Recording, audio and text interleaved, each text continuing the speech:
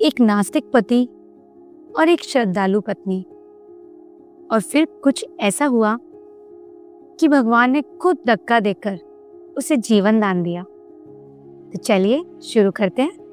एक आदमी जिसका नाम विकास, बहुत ज्यादा लॉजिकल, खुद पर विश्वास रखने वाला और ईश्वर को ना मानने वाला, ऐसा ही व्यक्ति विकास।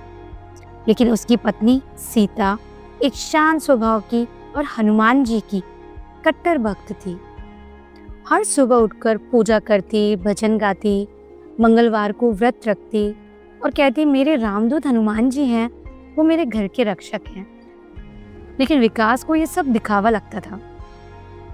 वो अक्सर कहता भगवान कुछ नहीं होते, ये सब दिमाग की बातें हैं, मेहनत करो और जियो। एक दिन सीता ने विकास से कहा चलो इस बार हरिद्वार चलते हैं, गंगा स्नान करेंगे। विकास ने साफ साफ मना कर दिया, मुझे नहीं जाना, वहां तुम्हारे बाबाओं और धक्कों की भीड़ में क्या ही मिलेगा। लेकिन सीता जिद पर अड़ गई। आखिरकार विकास बेमन से तैयार हो गया। जब वो हरिद्वार पहुंचे, सीता ने कहा चलो घाट पर चले, गंगा में डुबकी लगाते हैं। विकास ने बहुत टाला, लेकिन जैसे तैसे बेमन से घाट तक गया।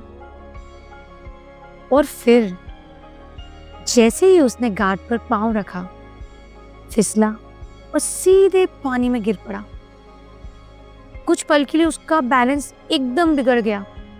घबराया, डूबने ही वाला था, ऑलमोस्ट पानी के अंदर जा चुका था कि एक अचानक से जोरदार धक्का सा महसूस हुआ और वो बाहर निकल गया। बाल बच गया। जैसे ही वो बाहर आता है पानी से, गुस्से में लाल पीला होकर बाहर आया और पत्नी पर जोर जोर से चिल्लाने लगा, तुम्हारी वजह से यहाँ मैं आया और देखो क्या हो गया। तुम्हारे भगवान की वजह से आज मैं मरते मरते बचाऊं। सीता कुछ भी नहीं कह पा रही थी उस टाइम और आंखों में सिर्फ आंसू थे उसके। लेकिन तभी पास ही घाट की सीढ़ियों पर एक महात्मा जी बैठे थे। शांत मुद्रा में बहुत देर से ये सब देख रहे थे। वो अचानक उठे और गरजते हुए बोले, अरे मूर्ख, जिसे तू अपशगुन मान रहा है वो तेरा सौभाग्य था। तेरी ये देवी जैसी पत्नी रोज जिस भगवान से प्रार्थना करती है, उन्हीं की कृपा से तू बचा है। और जिस धक्के ने तुझे पानी से बाहर निकाला, वो कोई और नहीं, स्वयं हनुमान जी का धक्का था।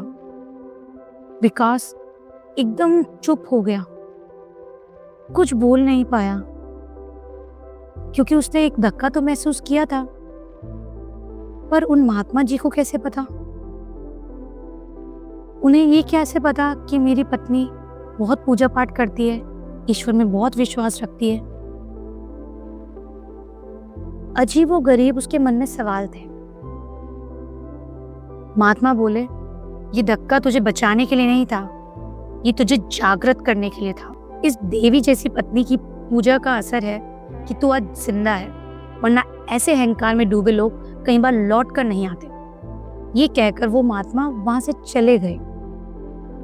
और उस दिन विकास चुपचाप घाट की सीढ़ियों पर बैठ गया। पहली बार उसकी आंखों से अहंकार नहीं, पश्चाताप बह रहा था।